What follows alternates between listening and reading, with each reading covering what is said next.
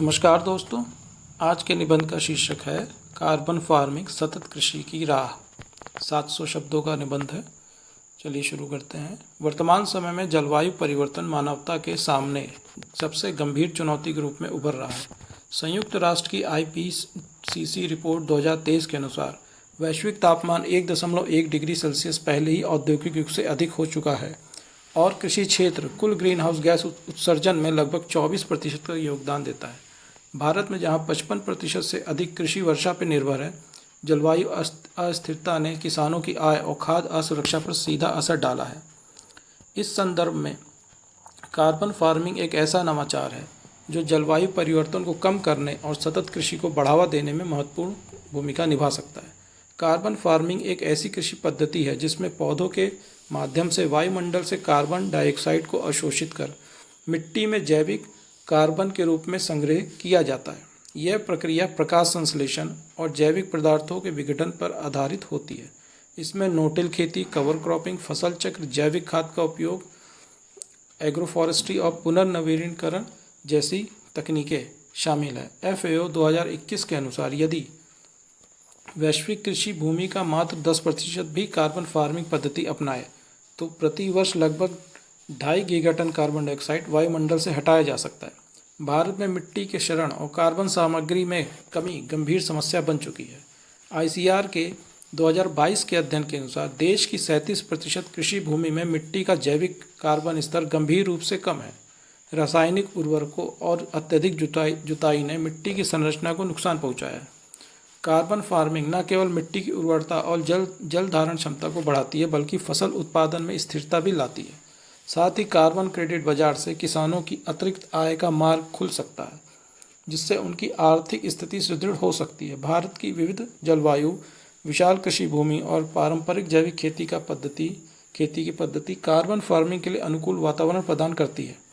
COP28 Dubai 2023 में भारत ने net zero 2070 लक्ष्य की पुनर्पुष्टि करते हुए कृषि क्षेत्र में कार्बन घटाने वाली तकनीकों के विस्तार का संकल्प लिया है। विशेष रूप से उत्तर पूर्वी राज्यों, हिमालयी क्षेत्रों और आदिवासी इलाकों में रासायनिक उपयोग कम है, जिससे वहाँ कार्बन फार्मिंग को अपनाना अपेक्षाकृत आसान है। दुनिया में कई उदाहरण इस तकनीकी की सफलता को दर्शाते हैं। ऑस्ट्रेलिया में कार्बन फार्मिंग इनिशिएटिव के तहत किसानों को कार्बन उत्सर्जन घटाने और मिट्टी में कार्बन बढ़ाने के लिए आर्थिक प्रोत्साहन दिए जाते हैं।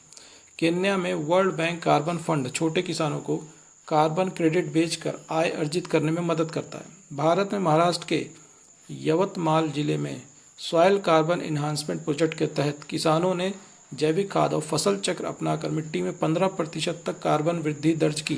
पंजाब में पृथ्वी परियोजना के अंतर्गत धान के अवशेषों को जलाने के बजाय मिट्टी में मिलाने से कार्बन उत्सर्जन घटा और मिट्टी की गुणवत्ता सुधरी।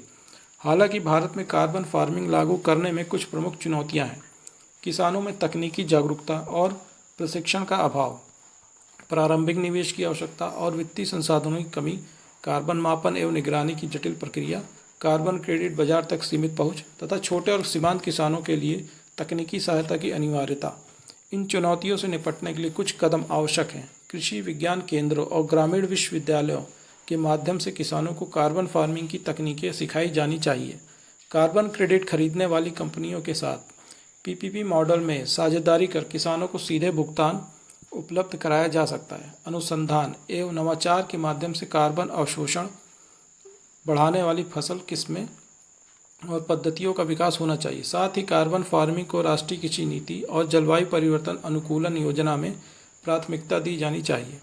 अंततः कार्बन फार्मिंग जलवायु परिवर्तन से निपटने, मिट्टी की सेहत सुधारने और किसानों की आय बढ़ाने का एक प्रभावी साधन है। यदि भारत इस मॉडल को राष्ट्रीय स्तर पर लागू करता है तो यह न केवल नेट जीरो 2070 लक्ष्य को हासिल करने में मदद करेगा बल्कि वैश्विक सतत कृषि में भारत को अग्रणी बना सकता है। COP28 जैसे मंचों पर भारत की प्रतिबद्धताओं को धरातल पर उतारने के लिए कार्बन फार्मिंग जैसी पहलों का व्यापक प्रसार आवश्यक है। ये वास्तव में आज की पर्यावरणीय चुनौतियों को कल के हरित अवसर में बदलने का सशक्त माध्यम है। धन्यवाद दोस्तों, यहाँ पे समाप्त होता है और PDF के लिए टेलीग्राम चैनल को ज्वाइन करें, लिंक डिस्क्रिप्शन में है।